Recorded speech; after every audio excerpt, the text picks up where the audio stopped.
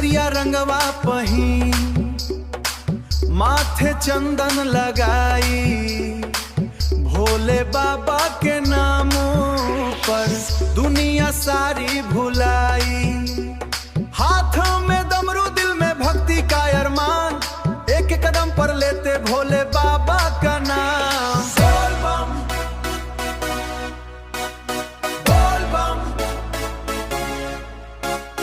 हर हर महादेव, बम बम भोले, जय शिव शंकर देव।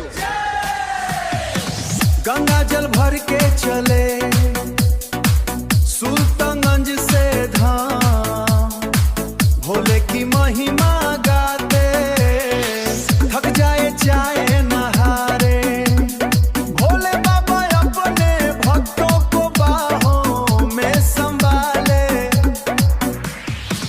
डीजे की धुन पर झूमे कांवदियों की टोली, भोले के बार में भर जाए खुशियों की झोली। बम बम के नारों से गूंजे आसमान, भोले बाबा पूरा कर देन हर भक्त का अरमान।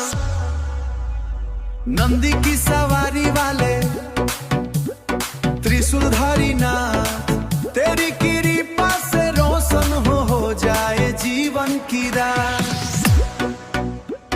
दुख दर्द सब मिट जाए, भर जाए मुस्कान, भोले बाबा के चरणों में है अपना सम्मान। अरे डीजे पे बाजे बोल बम, नाचे सारा संसार, ये